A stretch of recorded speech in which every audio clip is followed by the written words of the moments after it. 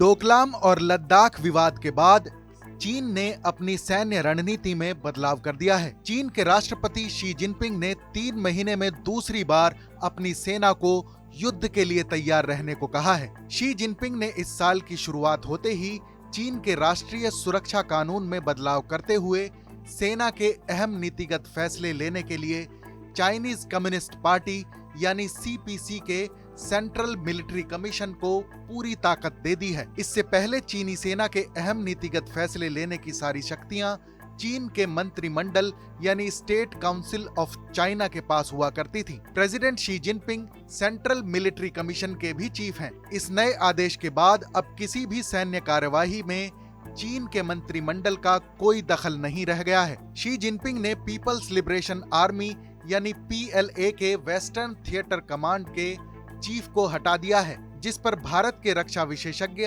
खास तौर से नजर बनाए हुए हैं। जानकार मानते हैं कि जिनपिंग के इस फैसले से सबसे बड़ा संकेत ये है कि चीन लद्दाख में अपनी सेना की अभी तक की कार्यवाही से खुश नहीं है। जनरल जाओ जोंगकुई को पश्चिमी कमान से हटाकर उनकी जगह जनरल जेंग जुडोंग को इसकी कमान सौंपी गई है।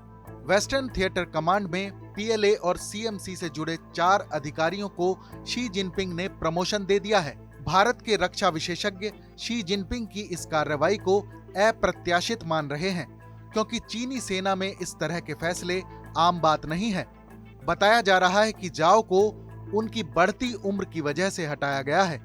वहीं ये भी हकीकत है कि भारत से लगती चीन की 4500 किलोमीटर लंबी सीमा की जितनी जानकारी और तजुर्बा जनरल जाओ के पास है, वो पीएलए के किसी और अधिकारी के पास नहीं है। जनरल जाओ के नेतृत्व में ही चीन की सेना ने डोकलाम में भारत की सीमा में घुसपैठ की थी। रक्षा विशेषज्ञ मानते हैं कि जिस तरह भारत की सेना ने चीन की सेना को हर कदम पर माकूल जवाब दिया है और उन्हें आगे बढ़ने से रोकने में कामयाब हुई है, उससे चीन की सेंट्रल मिलिट्री कमीशन खुश नहीं है। पैंगोंग झील के इलाके में घुसपैठ से लेकर गलवान घाटी में भारतीय सैनिकों पर हमले तक भारत के जवानों ने चीन की कार्रवाई का भरपूर जवाब दिया है। हाल ही में भारत के रक्षा मंत्रालय ने अपनी वार्षिक रिपोर्ट में खुलासा किया है कि गलवान वैली में हुई झड़प में चीनी सेना को भी भारी नुकसान उठाना पड़ा था। वेस्टर्न थिएटर कमांड के नए चीफ जनरल जेंग जुडोंग के बारे में ज्यादा जानकारी मौजूद नहीं है। इससे पहले वो बीजिंग की सुरक्षा के लिए जिम्मेदार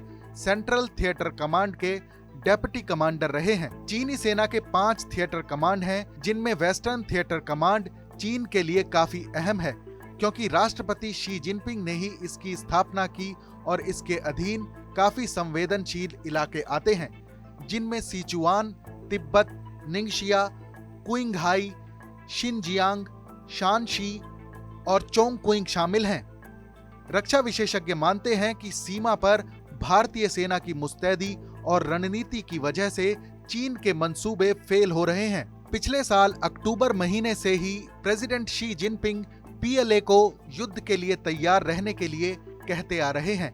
इधर भारतीय सेना भी हर हमले से निपटने के लिए पूरी मुस्तैदी के साथ तैनात है। TV9 भारतवर्ष डिजिटल के लिए फरीद अली की खास रिपोर्ट।